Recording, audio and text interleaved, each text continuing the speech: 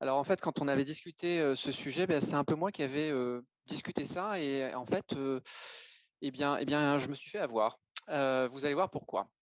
Alors en fait, il y a de nombreux outils de dépistage de la fragilité qui ont été rapportés dans la littérature et plus particulièrement dans le champ de l'oncogériatrie, bien sûr. Donc vous avez, là cette étude, donc sur les outils de screening, qui est assez récente, hein, c'est, JAMA 2021. Donc ça fait le point sur les outils qui sont utilisés dans le champ de l'oncogériatrie.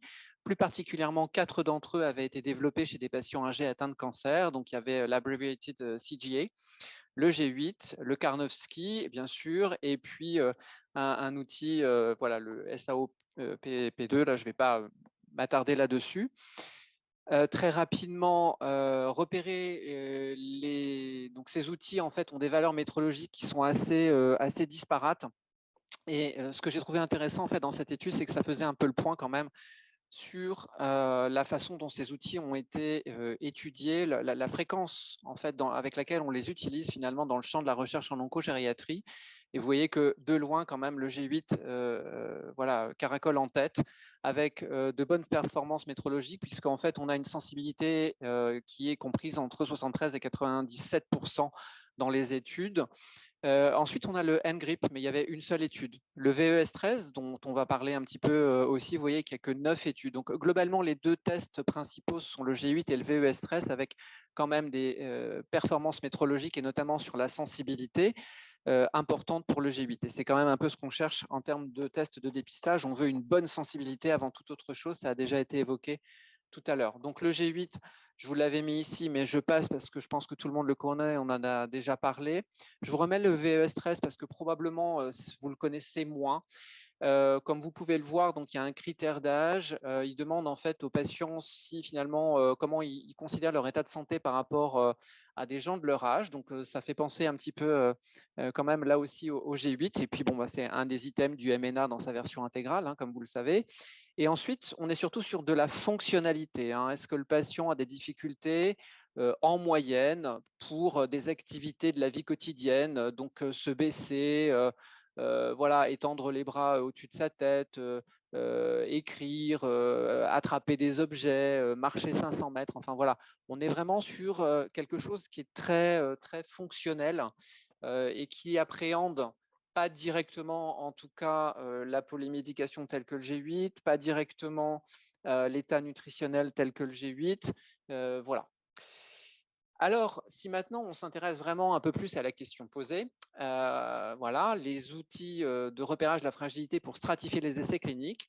Donc, j'ai utilisé plein de mots-clés. Je vous demande de me faire confiance, hein. Je les ai utilisés dans PubMed. Là, je vous ai mis un extrait ici, 36 résultats. Et en fait, sur ces 36 résultats, finalement, il n'y avait rien de bien pertinent. Alors, je me suis dit, voilà, tu auras mieux fait de te taire en proposant ce sujet parce que finalement, c'est un petit peu une bombe que tu t'es fait exploser tout seul.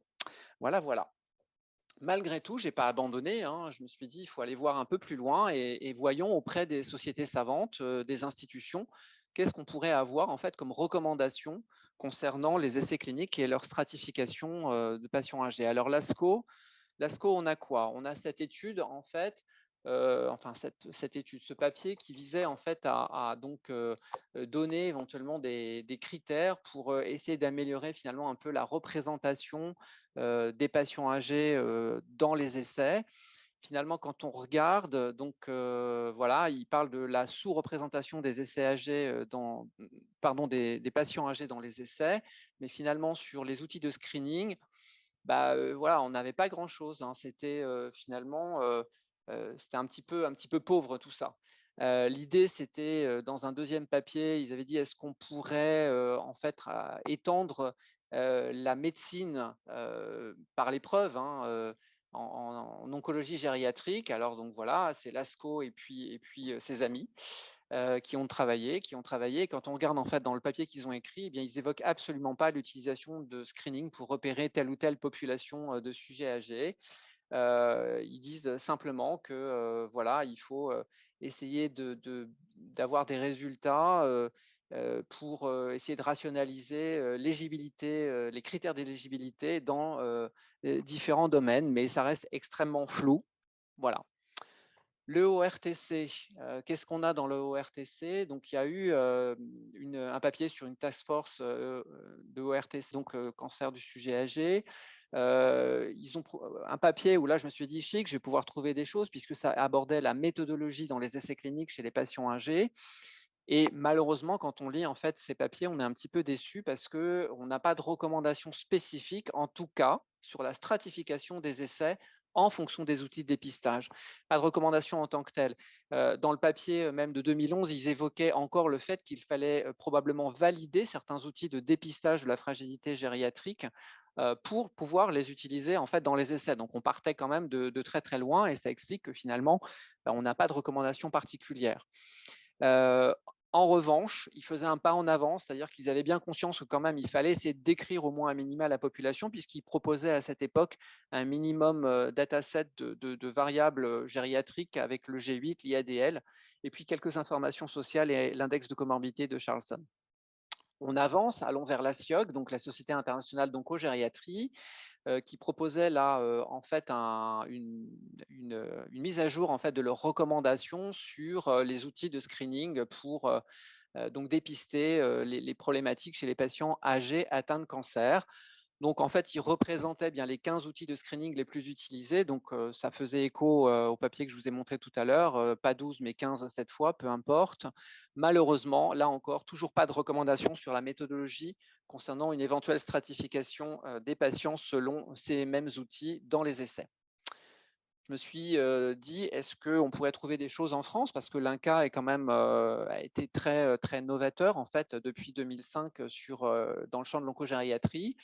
Malheureusement, je n'avais pas de recommandation particulière. En revanche, j'ai trouvé, cette petite information que j'ai trouvée intéressante à vous communiquer, qui est le fait que les 75 ans et plus dans les essais en France, c'est 7,1 des malades inclus. Alors, quand on regarde, vous voyez, ça n'est que 4 130 patients sur les 58 000 au total qui sont inclus, mais globalement, ça montre que quand même, même si ça reste bien évidemment une sous-représentation de ces patients qui sont pourtant la majorité de ceux qu'on traite au quotidien, il y a quand même, je pense, une volonté d'essayer d'avoir des données chez nos patients âgés, même si ça peine à démarrer. Voilà, mais il y a quand même, on a quand même des données. Moralité, finalement, est-ce que c'est de la fin de l'histoire, cette affaire-là, et qu'on peut s'arrêter là? Peut-être pas quand même, parce que finalement, c'est un message en soi de se dire qu'on a donc pas mal d'outils pour dépister la fragilité, que pour le moment, il y a pas de recommandation sur leur emploi dans les essais, cliniques.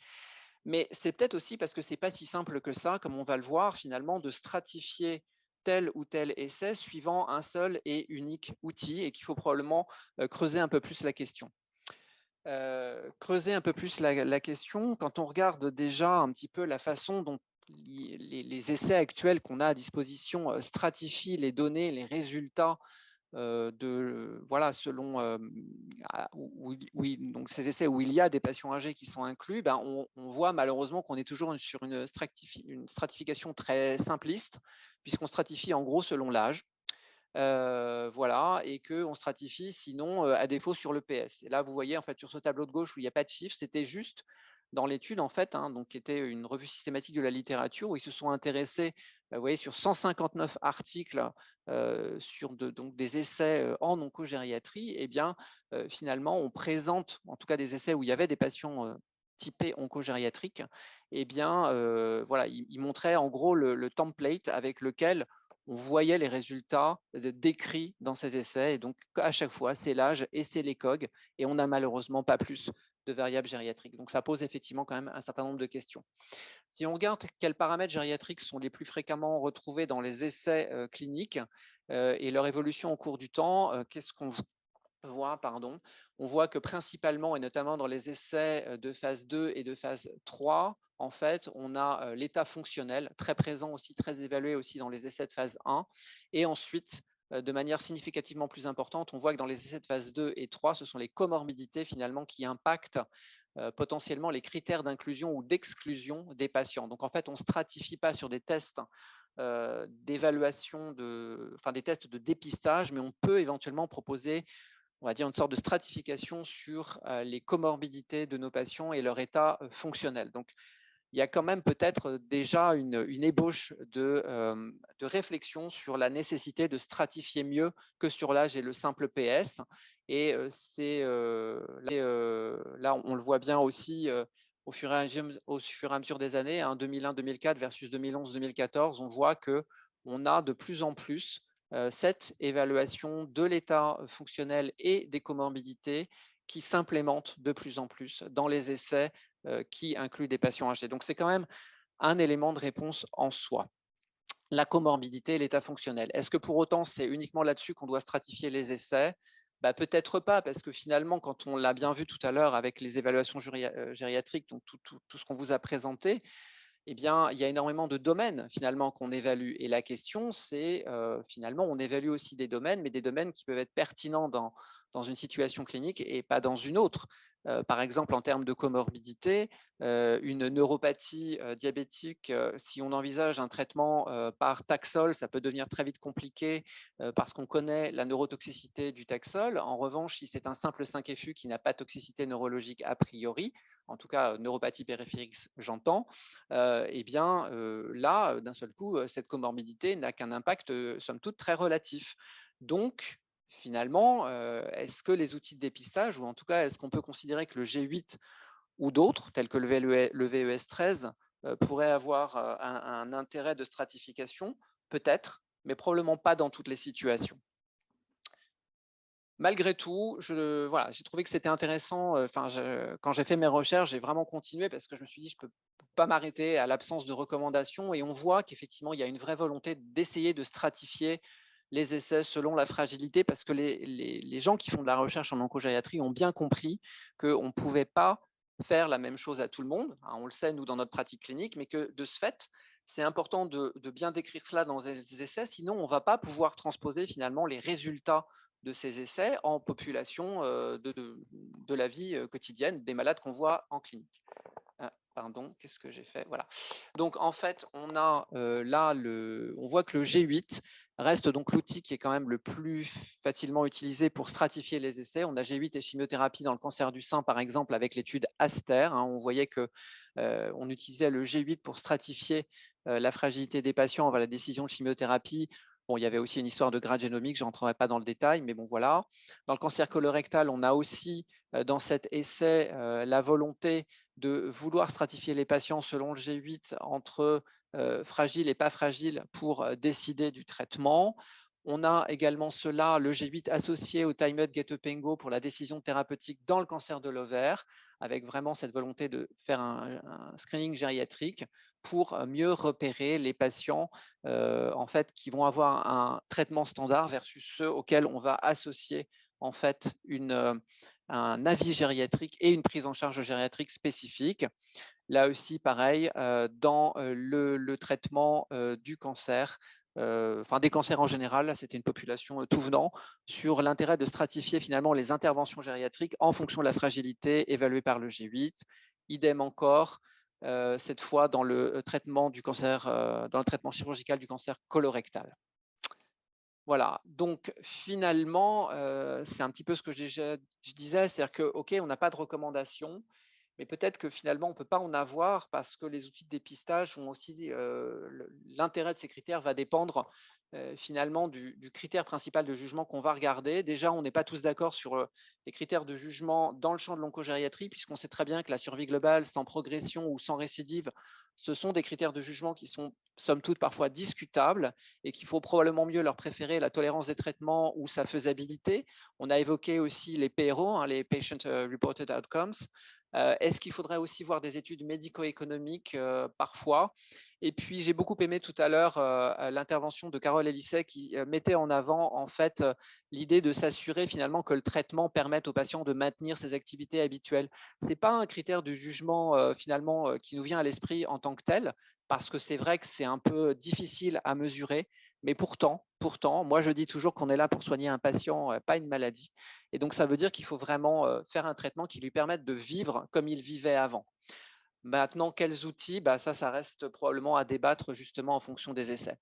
Donc en conclusion, je vous dirais que certes, il n'y a pas de recommandation sur la méthodologie et la stratification des essais thérapeutiques en fonction des outils de dépistage, peut-être parce que c'est compliqué en fait, que probablement le G8, une fois encore, voilà, pour repérer les patients âgés en pratique clinique qui doit avoir l'évaluation gériatrique, on sait qu'il a une place privilégiée. C'est probablement le cas aussi dans les essais, malgré tout, et ça pourrait être intéressant pour stratifier les essais. Maintenant, je pense que c'est un sujet qui doit, enfin, dont doivent s'emparer les groupes coopérateurs, les sociétés savantes pour réfléchir là-dessus et mettre, si possible, un certain nombre de recommandations en partenariat, notamment avec les méthodologistes impliqués en oncogériatrie. Et je vous remercie de votre attention.